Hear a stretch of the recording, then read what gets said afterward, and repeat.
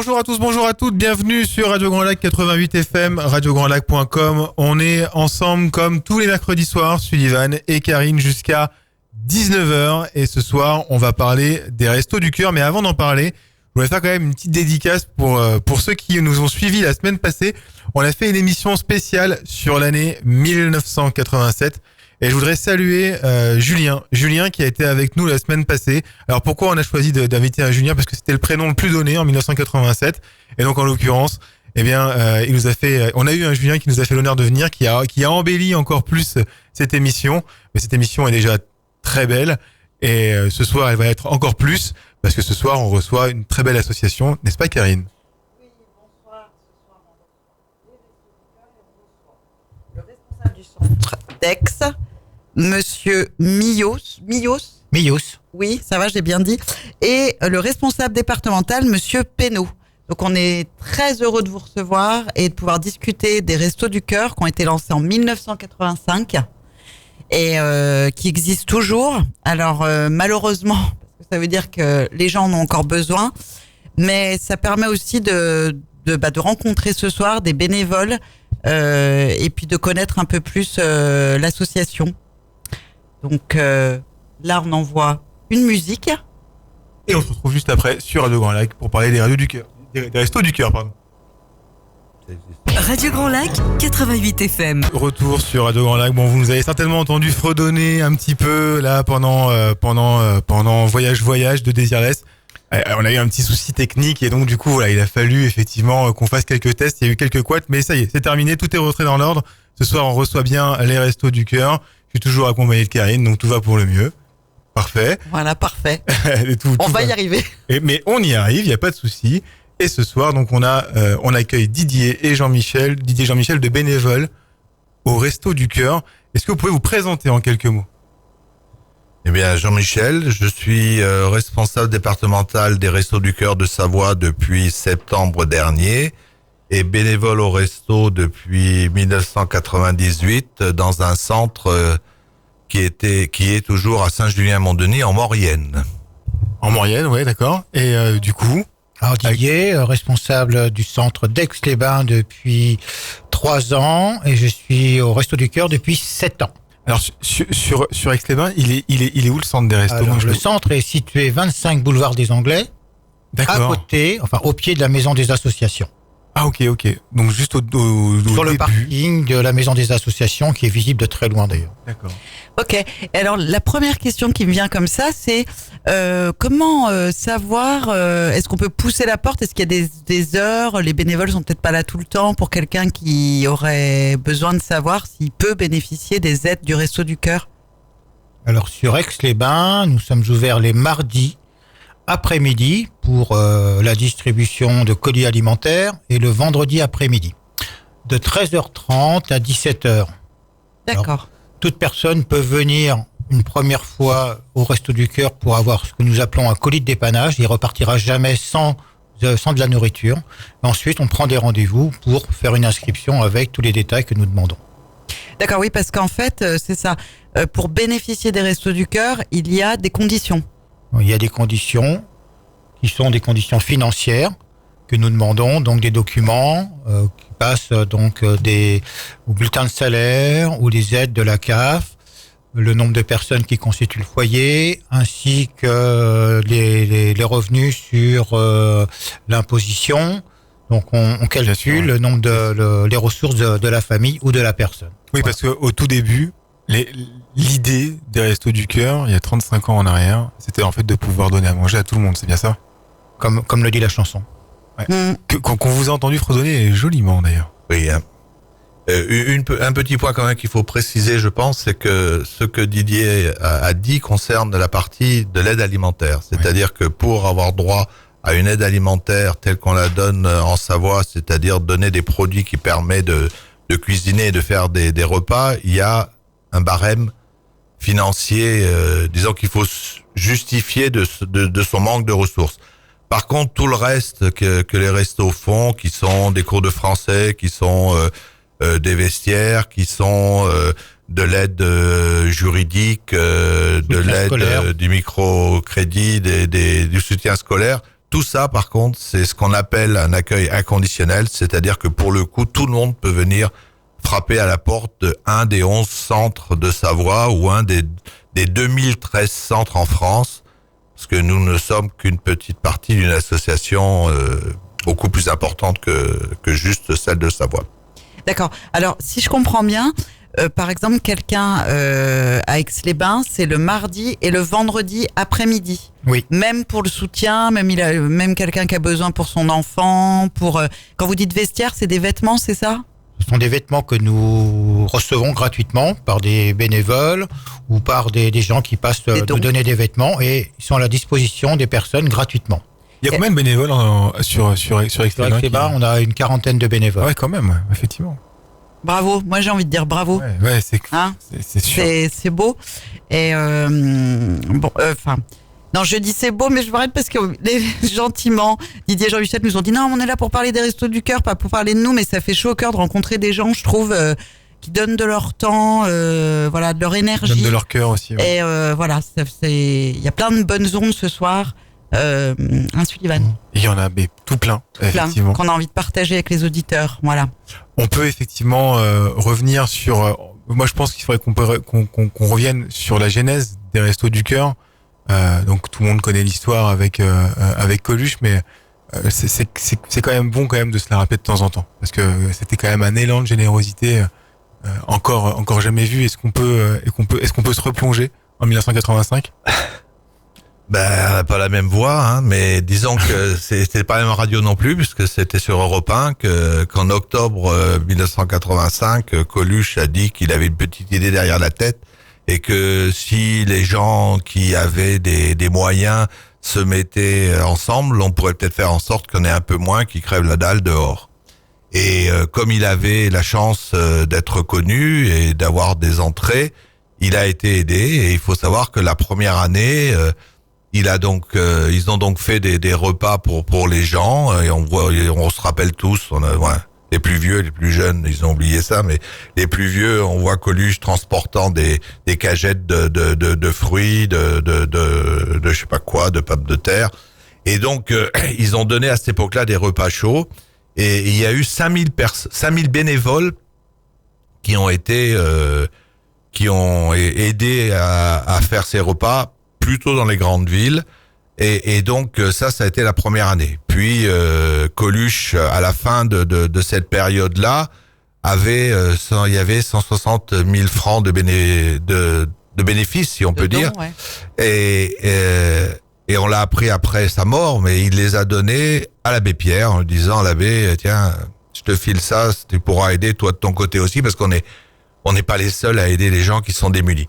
Et puis il est mort donc le 19 juin 86, écrasé par cette putain de camion, comme dirait Renaud.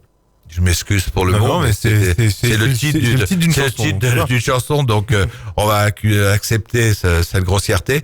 Mais c'était quand même une grosse grossièreté puisque Coluche y est mort. Et derrière, ses amis et en particulier sa femme, Véronique, on dit tiens, ça a marché une année les restos, c'est parce qu'il y avait un besoin, donc on va continuer, et ils ont continué. Et aujourd'hui nous sommes 73 000 bénévoles au niveau national. L'année dernière, on a distribué 133 millions de repas.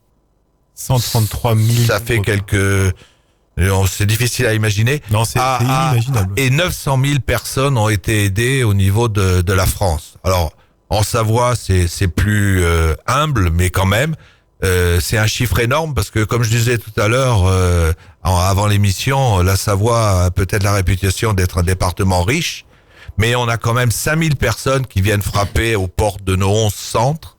Et l'année dernière, on a distribué l'équivalent de 723 000 repas. Juste en Savoie. Alors quand je dis l'équivalent, c'est que encore une fois, on ne distribue pas les repas chauds, mais on donne aux gens de quoi faire un repas. Donc 723 000 repas. Un repas étant pour nous une protéine, viande, poisson, œuf, un accompagnement, pommes de terre, autres légumes, riz, pâtes, un laitage, yaourt, fromage et un dessert, fruits, gâteau. Ça, c'est un repas. et on en a distribué donc 723 000 l'année dernière au niveau de la Savoie dans nos 11 centres, puisque maintenant nous sommes ouverts. J'allais dire toute l'année, c'est pas tout à fait exact parce que chaque centre ferme 2-3 semaines, un petit mois dans l'année, mais on est globalement ouvert toute l'année. C'est vrai que c'est énorme, 723 000 repas, je suis abasourdie.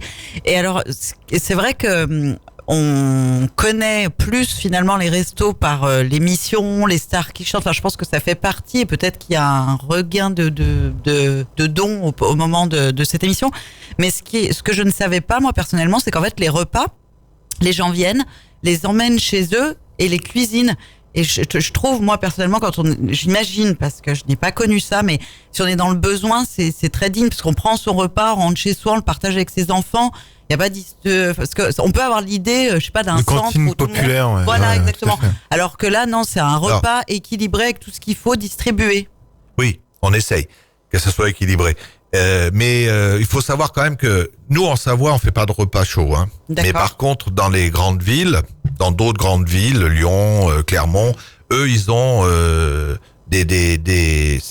qu'ils appellent la maraude. La maraude, qui est le fait que les gens vont au devant souvent des SDF, mais pas que, et vont leur offrir de quoi faire des repas chauds. Dans l'image des restos, le fait de donner de quoi faire la cuisine, c'est un peu en effet peut-être de la dignité, mais aussi surtout de se dire que la préparation du repas et le partage du repas, c'est important. Ouais, les plateaux télé, les sandwichs bouffés sur le coin d'un banc, c'est pas de la vie sociale. C'est du temps qu'on peut pas gaspiller et qu'il faut on se dépêche pour aller reprendre le boulot ou pour aller reprendre je sais pas quoi. Mais en tout cas, si la famille ou les gens qui habitent ensemble peuvent à un moment préparer le repas et le partager, ça fait quand même partie dans la philosophie des restos et je crois personnellement dans la réalité, ça fait partie d'un lien social. Moi, je veux dire, si chacun qui habite sous le même toit partage jamais un repas, je crois qu'ils se connaissent pas vraiment. C'est vrai. Et alors du coup, en fait, on avait parlé la semaine dernière à l'antenne de la collecte qui aura lieu le 6, 7, 8 mars. Alors nous, on va parler d'ici, Aix-les-Bains et les alentours. Vous allez pouvoir nous citer les grandes surfaces dans lesquelles vont avoir lieu ces collectes. Et moi, ma question, avant de parler de ces grandes surfaces, c'est cette collecte-là, le 6, 7, 8 mars, elle vous permet pas de donner à manger pendant toute l'année aux gens ou si? Ou comment ça se passe pour les gens qui voudraient donner? On peut déjà donner une réponse par rapport à l'année dernière. L'année dernière, la collecte au niveau de la Savoie, c'est 76 tonnes. Au niveau de Aix, après c'est mélangé avec Chambéry, donc on a un peu difficile, mais disons que c'est 76 tonnes en Savoie, 8800 tonnes au niveau national. Mais pour revenir à la Savoie, 76 tonnes, dans l'année, on a distribué plus d'1 millier de tonnes de repas. Donc la collecte, elle représente, vous n'avez pas fait faire le calcul à l'avance, c'est sympa, mais du 0,7%, Désolé, Jean-Michel. C'est pas énorme, sauf que c'est vital quand même. Oui. Donc ça nous tient quelques semaines. D'accord. Et on a besoin à côté de ce qu'on ramasse régulièrement dans les supermarchés, de ce que les gens nous donnent et de ce que l'association nationale nous fournit via des aides européennes et via les dons. Parce que quand vous faites un don au resto de 100 euros, par exemple, ou de 10 euros, eh bien, ça va aller, il y a 90% ou 93 même de votre don qui va être transformé en produit qu'on va donner aux gens à peu près. Donc c'est cet argent qui vient et ceux qui achètent les CD et DVD dans la pub des CD et DVD ils disent toujours que ça fait 17 repas ou je sais pas combien parce qu'un repas c'est estimé vers autour de 1 euro à peu près. Bon, les chiffres évoluent d'une année sur l'autre, mais c'est à peu près ça. Donc en fait, c'est à la fois pas grand-chose, mais sauf que encore une fois, c'est comme tout à l'heure, les petites choses, elles feront une grosse à la fin. Oui, et ces 76 tonnes, cette année, si on arrivait à plus de 80 au niveau départemental, on en serait content. Et on manquera pas de vous donner les chiffres pour que vous le présentiez dans une prochaine émission d'un mercredi. Pour dire que ça a marché ou ça a moins bien marché, parce que bon, là aussi, il y a des hauts et des bas. Donc je laisse Didier parler pour Aix. Non, mais c'est vital. C'est vital pour nous parce que il y a 2 campagnes. Il faut préciser qu'il y a 2 campagnes au Resto du Cœur. Il y a une campagne d'hiver qui démarre mi-novembre et qui va se terminer le 16 mars. Et la campagne d'été, ce que nous appelons la campagne d'été, c'est du 16 mars à mi-novembre. Et avant, il faut savoir que les Restos du Cœur n'étaient ouverts que l'hiver.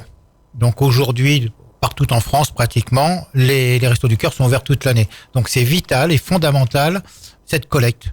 Parce que même si ça représente peu en tonnage au niveau de la Savoie, et on va dépasser les 80 tonnes, j'en suis persuadé, parce que les gens nous écoutent, ça permet d'être ouvert 8 mois de plus dans l'année. On rappelle les dates de cette collecte? 6 mars, 7 mars et 8 mars. Et le vendredi soir, vous avez... non, c'est le samedi soir, je crois, la diffusion du concert... Le vendredi soir, la diffusion du concert des Enfoirés. Ce qui nous aide bien aussi pour la termes d'exposition. Voilà. Vous êtes sur Radio Grand Lac 88 FM, on se retrouve juste après un court morceau de musique. Radio Grand Lac sur 88 FM. 88 FM. Radio Grand Lac. De retour sur Radio Grand Lac 88 FM en compagnie de Didier et Jean-Michel, bénévoles au Resto du Cœur. On était en train donc de parler de la collecte qui aura lieu le 6, 7 et 8 mars. C'est très important, ça va être dans les grandes surfaces que Didier va nous citer tout de suite. Moi, j'ai un souvenir personnellement de ces collectes-là. Je prenais ma puce et elle prenait son petit chariot, vous savez, et je lui disais, voilà, t'as une liste, je lui citais, et elle mettait, comme ça me permettait dans son petit chariot, et elle donnait. Je trouve que c'est sympa aussi de dire à nos enfants... Ludique, ouais. Voilà, toi t'as à manger tous les jours, il y en a c'est pas forcément le cas, donc aujourd'hui en faisant les courses on aide, et c'est toi qui choisis ce que tu vas donner et qui va faire une partie d'un repas pour un enfant qui a pas la chance de manger tous les jours et de choisir. Non mais c'est vrai. Hyper clair. Donc voilà, pour tout ça, pour donc citer les grandes surfaces qui sont partenaires pour cette collecte. On vous écoute, Didier. Alors merci. Nous avons sur le bassin aixois 6 magasins qui nous ouvrent leurs portes tous les ans. Donc je les remercie déjà. En premier, on a Géant Casino, qui sera donc occupé par nos bénévoles du matin, du vendredi de 9h jusqu'au dimanche midi. Donc on a 2 jours et demi pleins. Le Leclerc de Drumettaz, le Carrefour Market qui se trouve en centre-ville, le Carrefour Market à Grésy, et puis Intermarché à Viviers. Et le dernier magasin qui est en centre-ville, c'est le Monoprix. Ouais, donc tous ces magasins-là seront visités et par nos bénévoles jusqu'au dimanche midi. Oui, donc les bénévoles, ils sont à l'entrée du magasin et en fait, ils donnent une liste d'aliments qu'ils souhaitent récolter. Et en ressortant, une fois qu'on a payé nos courses, on donne aux bénévoles ce qu'on a pris pour les... Vous avez acheté. En général, on souhaite des produits qui soient des produits qui durent longtemps. Donc, ce sont des conserves, pas de produits frais comme des yaourts ou du lait. On a besoin aussi des produits bébés, d'hygiène, parce qu'on pense aussi à la nourriture, mais l'hygiène est très importante. Donc, pour se laver les dents, du dentifrice, des brosses à dents, du shampoing. Parce que ça aussi, ça fait partie que les gens ont besoin. La nourriture, c'est bien, mais la propreté, c'est important aussi. Et puis, il y a des gens qui nous font aussi des chèques ou qui nous donnent de l'argent. Et ça, grâce à ça, on peut acheter des produits qui sont dans le magasin.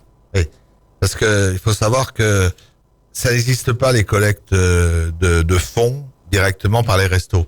Donc, si les gens donnent ou veulent donner de l'argent lors de cette collecte, on ira acheter les produits, on mettra les produits dedans.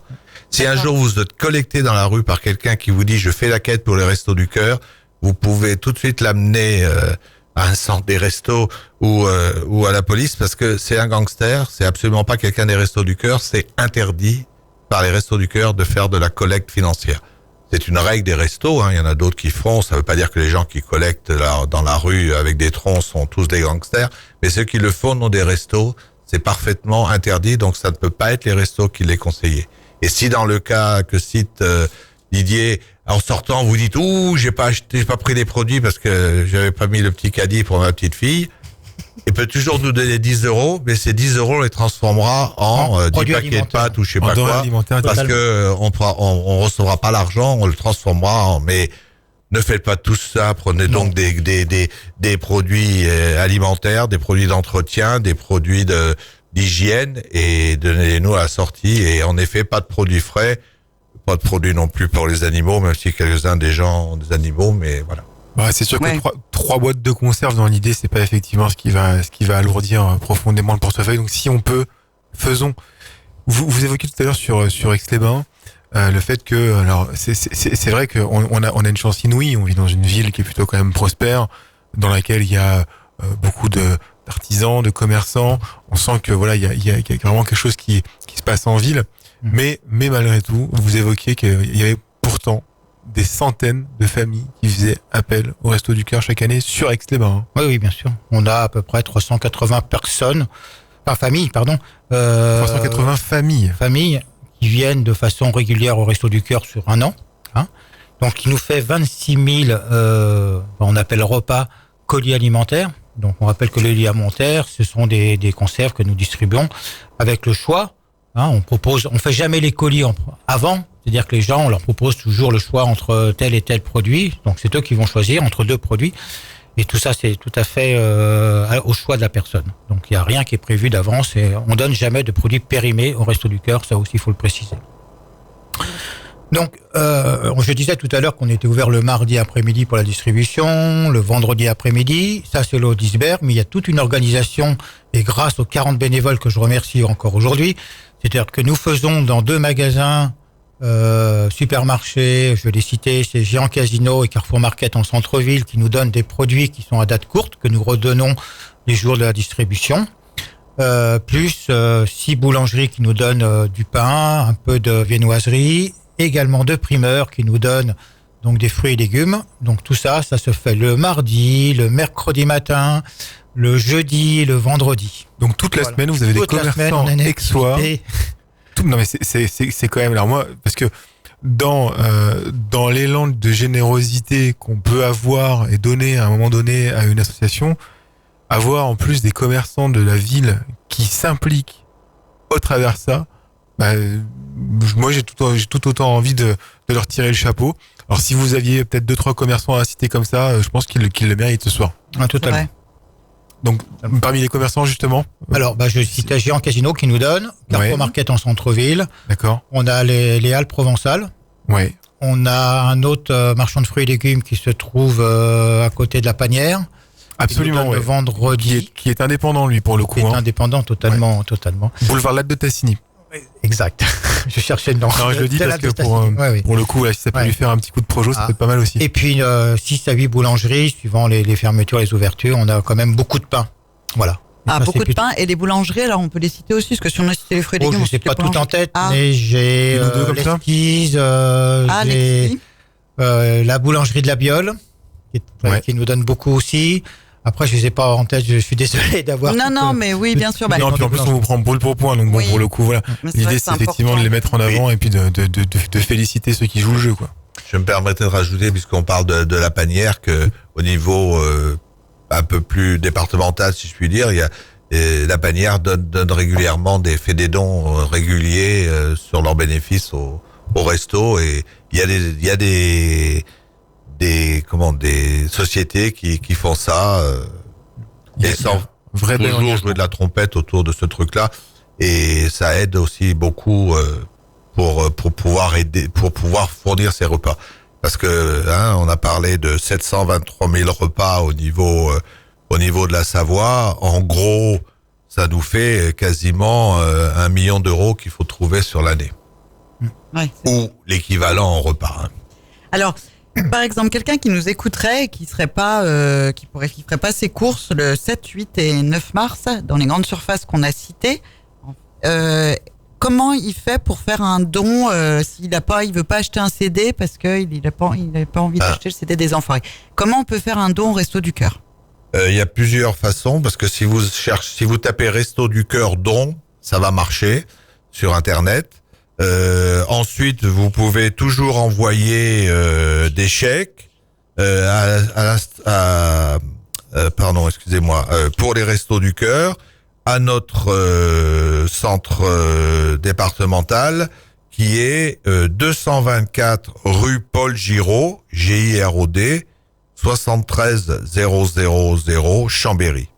Donc si vous écrivez les Restaurants du Cœur 224 rue Paul Giraud, 73 00 Chambéry, qu'il y a un chèque dedans, qui soit pas en bois. Vous le faites de ce que vous pouvez, de ce que vous voulez, et nous recevons votre chèque. Et si vous le précisez dans votre petit courrier, on vous enverra un reçu fiscal, parce que n'oublions pas que depuis justement la loi Coluche, qui date de 1988, 2 ans après sa mort, mais c'est qu'importe. la loi Coluche. Elle s'appelle la loi Coluche parce que, en fait, Coluche, il est allé voir les instances européennes pour dire, les gars, vous avez des surplus et plutôt que de les jeter, donnez-les à manger aux gens qui en ont besoin. Et au niveau français, il a dit, les gens qui donnent à des associations qui nourrissent d'autres, ça vous évite, vous l'État, de dépenser de l'argent pour nourrir ces gens-là. Donc rendez-leur quelque chose sur les impôts. Et cette loi s'appelle la loi Coluche. Elle a été étendue à d'autres choses maintenant que l'aspect purement aide alimentaire, mais c'est comme ça. Et tout ça pour dire que jusqu'à 546 € pour ce qui est de la déclaration d'impôt de l'année dernière, par an, vous touchez 75% de ce que vous avez donné. Ça veut dire que si vous donnez 100 €, vous en récupérez, et si vous payez des impôts, vous en récupérez 75. Alors, par une réduction d'impôts. Si donc, c'est pas motivant, ça. C'est pas totalement négligeable. Il y a quand même 25 que vous payez, mais voilà. Et donc le chèque, si vous l'envoyez à 224 rue Paul Giraud, 73 00 Chambéry, vous aurez un reçu fiscal si vous le demandez. D'accord, oui, parce que Jean-Michel, en fait, il y a depuis le départ une volonté de transparence pour les Restos du Cœur en ce qui concerne les dons, l'utilisation de ces dons. Et c'est toujours d'actualité. On en parlait hors antenne et c'est vrai que vous nous expliquiez un petit peu comment vous fonctionniez. Et vous pouvez nous en dire 2 mots. C'est assez fondamental. Je ne citerai pas l'association qui a souffert il y a quelques années de malfaçon d'un de ses responsables, mais tout le monde le connaît, ce nom. Et cette association, elle a failli pas s'en relever. Et nous, il est clair qu'au Resto du Cœur, le premier principe, c'est que je vous ai dit 180 millions au niveau national qui sont brassés par les restos. C'est important quand même que les gens qui donnent au resto, même si c'est que 5 €, ils soient confiants que ces 5 € ça sert pas à payer la voiture du président ou le vélo du responsable de celui de Aix, parce qu'il faut quand même avoir des limites dans les dépenses. Et donc non, mais on va pas. Et donc c'est très important et en fait les restos sont fiers de dire que ils n'ont comme frais généraux que moins de 8% l'année dernière, 7,8%. Ça veut dire que quand vous donnez 100 €, il y en a 7,8 qui nous servent à faire vivre notre association et il y en a 92,2 ça doit faire 100 qui sont donnés aux gens qui viennent frapper à notre porte. Et ça, c'est fondamental parce que ça veut dire que les gens, ils peuvent avoir confiance. Et alors, pour les gamelles, les boîtes de conserve d'hygiène qui nous donneront le 6, 7 et 8 mars, ça, il y a 100% qui sont distribués aux gens qui viennent frapper à notre porte. Et ça, c'est important parce que je pense que les gens ont besoin de savoir ça et d'être confiants.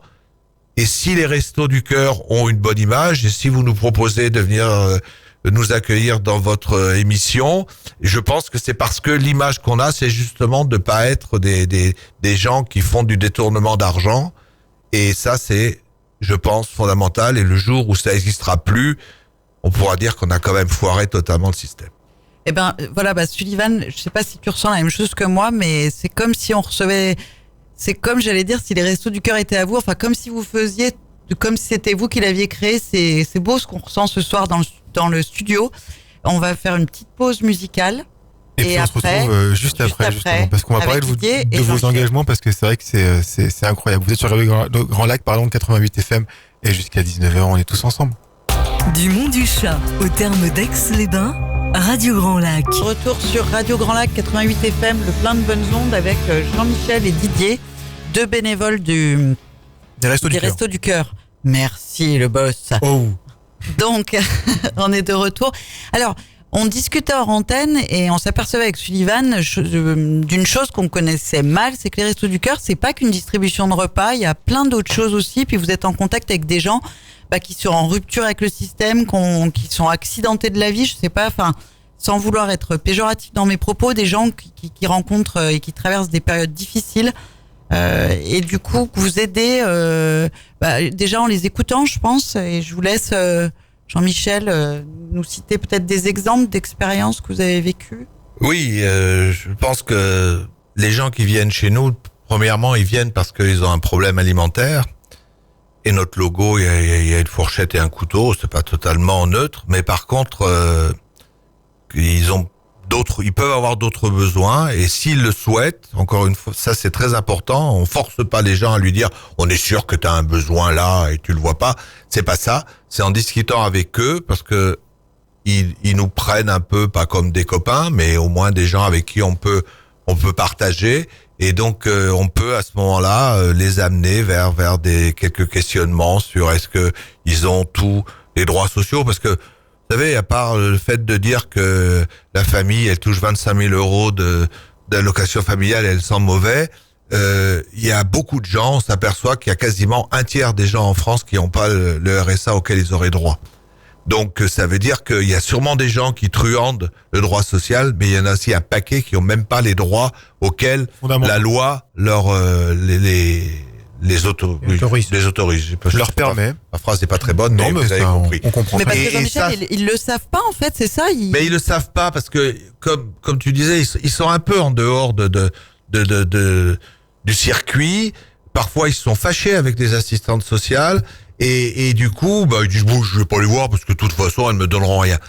Si, peut-être que tu as un droit auquel tu as droit, le RSA, puis tu le touches pas entièrement parce que il y a un problème. Et ça, il y en a plus qu'on ne le croit, et nous, on peut être un déclencheur par rapport à ça, parce que c'est pas nous qui allons leur donner le RSA, c'est bien l'assistante sociale, mais nous, on peut essayer de les convaincre que si on regarde ce que dit la loi, parce qu'on a des papiers qui nous disent un peu les règles, on peut à ce moment-là dire, tiens, regarde, toi, tu sembles que tu aies droit au RSA, donc va voir, et puis bon, tu t'es fâché avec cette assistante sociale, essaye d'aller voir celle d'à côté, parce que ça vaut quand même le coup. Et ça, c'est ce que disait Didier, que l'on vit un peu tous les jours dans nos centres, c'est de nouveau ces petites actions. Vous allez croire bientôt qu'on a des petits restos du cœur, mais c'est un peu ça quand même. Et c'est, toi tu parlais tout à l'heure, Didier, de l'aspect retraite. Oui, il y a des gens qui sont à l'âge de la retraite et qui n'ont pas commencé à faire leur dossier retraite parce qu'ils pensent que ça se fait automatiquement et qu'ils se retrouvent sans ressources. Donc le RSA est coupé à l'âge de la retraite et la retraite n'est pas versée.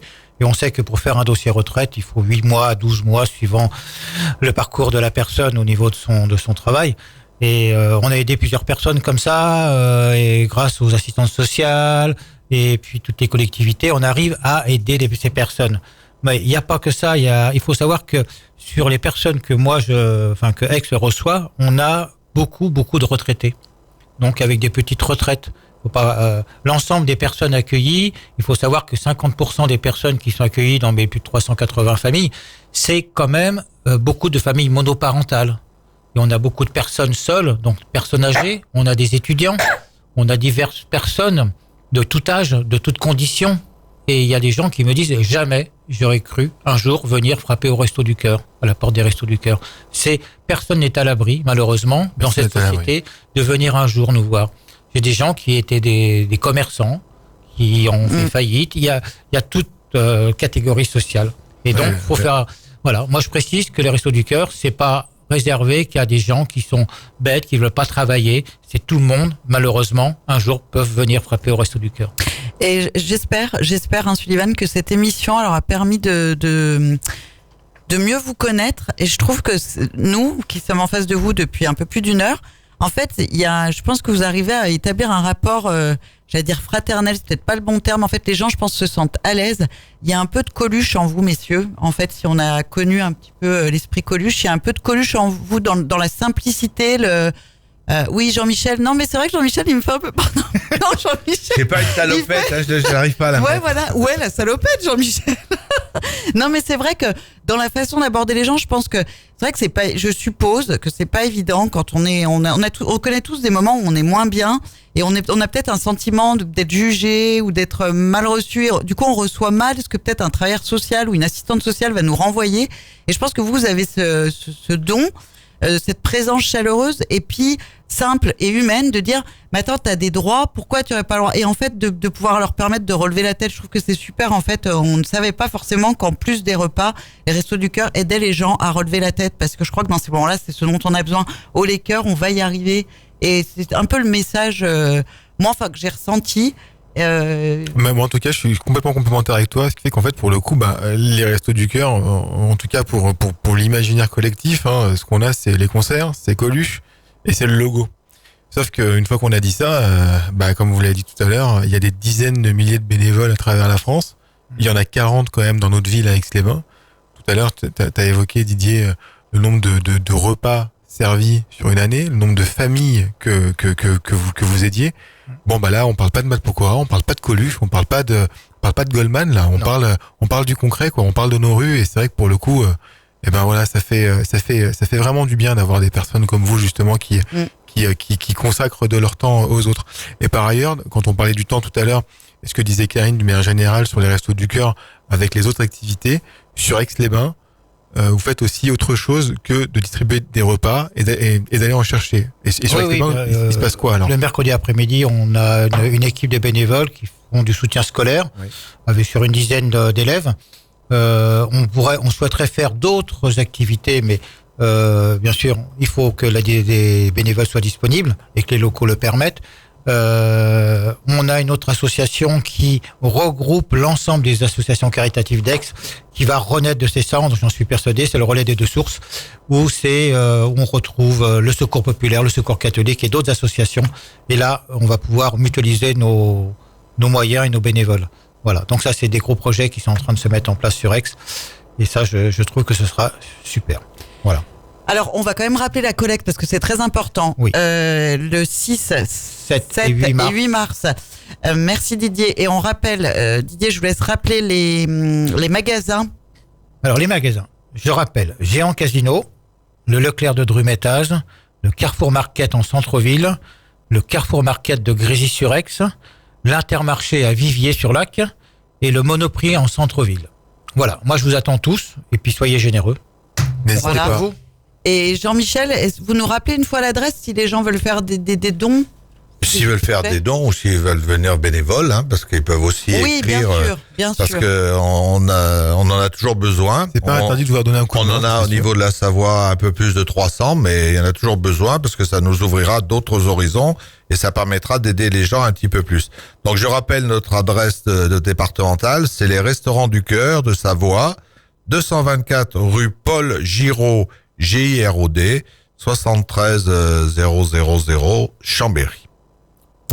On vous laisse peut-être le mot de la fin. Est-ce qu'il y a quelque chose que vous avez envie d'évoquer Il y a une petite chose que je voudrais dire, c'est on a parlé, ce que vous dites est très gentil pour nous, mais je crois que il y a une chose très importante, et si on pouvait ressembler un tout petit peu à Coluche pour ça, c'est que les gens qui viennent chez nous demander de l'aide, des fois ils nous parlent de honte ou de gêne. Et nous, il faut qu'on arrive en tant que bénévole à leur faire voir que c'est pas honteux, que c'est pas de leur faute s'ils sont là. Il n'y a pas de prédestination. Il y a longtemps, on croyait quand on était malade, c'était que Dieu t'avait frappé. Là, c'est pas de ta faute. T'as besoin, tu viens nous aider. Et nous, on est content de pouvoir t'aider parce que vous avez dit qu'on n'avait pas de salaire. C'est vrai, on est bénévole. Mais si on voit les gens en face qui viennent et qui reviennent et qui semblent heureux de ce qu'on les aide, c'est important.